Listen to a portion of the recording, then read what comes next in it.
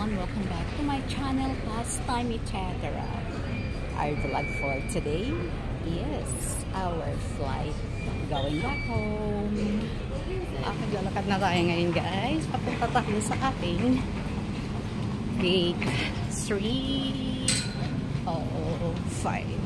Tapos na tayo mag-check-in syempre. Nakikita ko na yung gate 305. Lapit na tayo. Nandito na tayo guys, naghihintay sa ating gate. 8:10 in the morning pa kasi ang flight natin. On queue na tayo guys for boarding.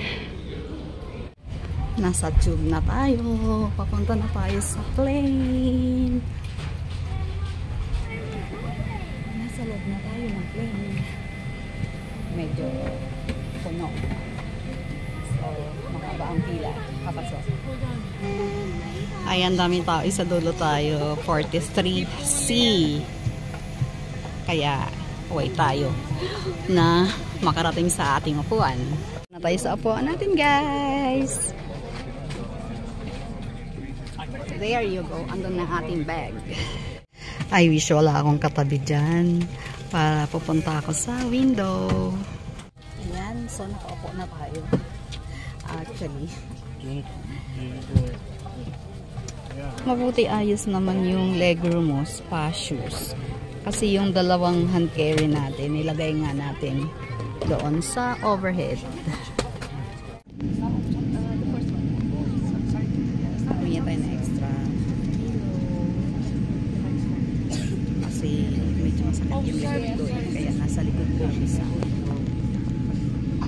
Tapos mayroon tayong extra kasi 7 hours flight to. Turbulence, grabe.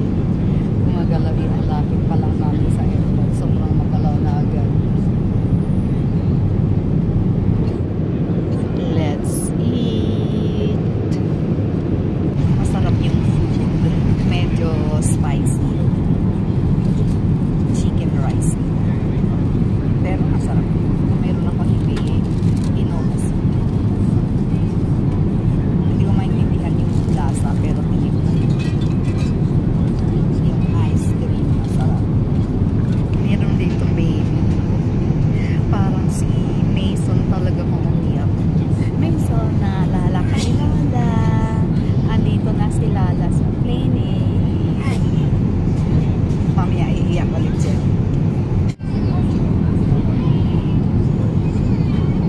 Ayun, di ba?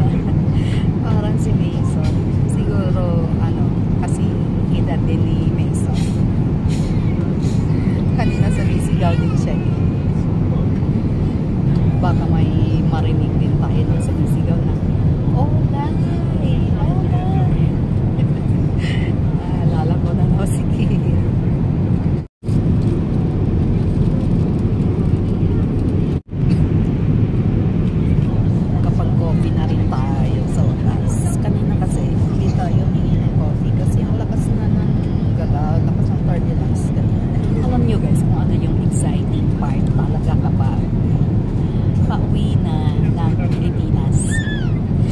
Talaga yun eh. Yung hindi mo alam kung ilang kilos ang dala mong bagahe tapos biglang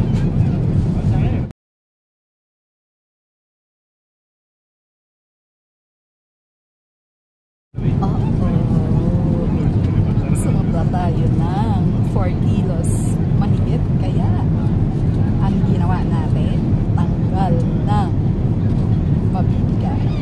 Kaya paalala ko sa mga mahilig mag-travel, dapat talaga mayroon kayong weighing scale para bago kayo dumating sa check-in, na-weigh nyo na kung tama lang ba yung check-in luggage para maiwasan yung bawas-bawas. Tapos, ang saddest part naman, naku, yung pipila ka na, nakakaiyak talaga yun eh. Ayun talaga yung part na yun, ay iyak ulit ako. Naluluha ulit ako. Ayun yung part na yun na, nung ihahatid ako. Tapos, napasok na ako sa gate. Ayun talaga yun. Sabi? In preparation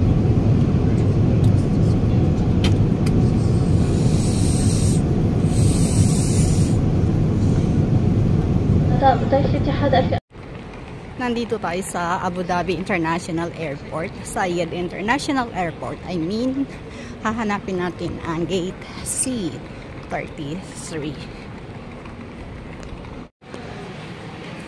Medyo malayo-layo yung lalakarin natin kasi C33 ang hahanapin natin gate.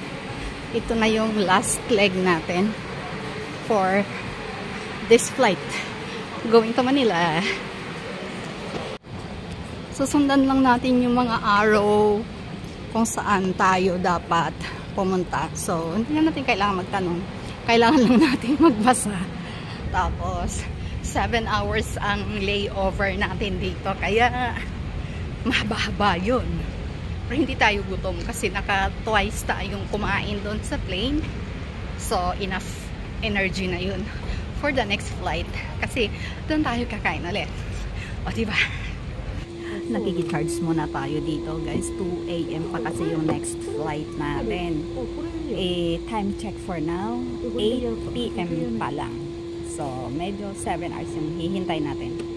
Alam nyo ba, guys, itong Abu Dhabi International Airport ay isa sa pinakamalaking airport sa buong mundo. Ayan, may nakilala ako dito. Isang Pinay, hello! Ayan, ang galing nga, dito siya nagtatrabaho. Nasa Abu Dhabi Airport eh.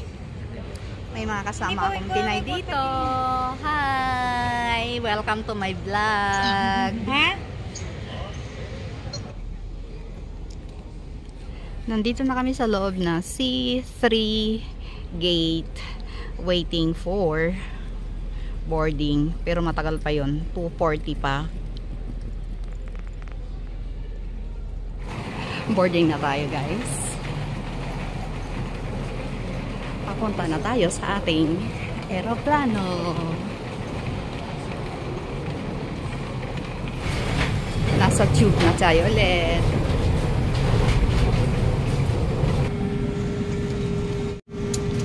Nandito na tayo sa loob, guys, ng eroplano. So, kas nandito na tayo. 22C ang ating upuan. May katabi ako, guys. Akala ko wala ako katabi para hihiga ako dyan.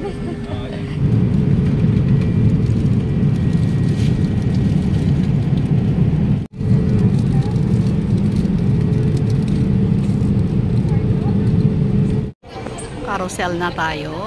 Hinihintay natin ang ating bagahe na lumabas. Akala ko hindi ka na pinapasok sa Pilipinas. Guys, nandito na tayo ulit. Napakatagal mo naman Sa sa immigration. mainit. Hindi, ang bilis ko lang sa immigration. Kung ano naman binilis ko at saka sa pagbaba sa aeroplano. Actually, namang tagal ng bag. Eh, hindi ko diniclear to. Kaya naisip ko, naku, baka hindi na yung lalabas. Mabuti lumabas naman. Ang dami namin naghintay kami yung pinakanguna nakababa. Naghintay kami sa bag. Kaya, diba? Kami. Dami yan pa sa lugo. Init na, ma? Ang init. Ako magdadala yun. Sira kasi yung ano, hindi pwedeng itulak. Welcome back, Pilipinas kung mahal. Halata talagang nasa Pilipinas ako dahil sobrang traffic. Okay guys, so that's it for today. I hope you enjoyed watching the vlog. But please don't forget to subscribe my channel, pastime, etc. Buyers!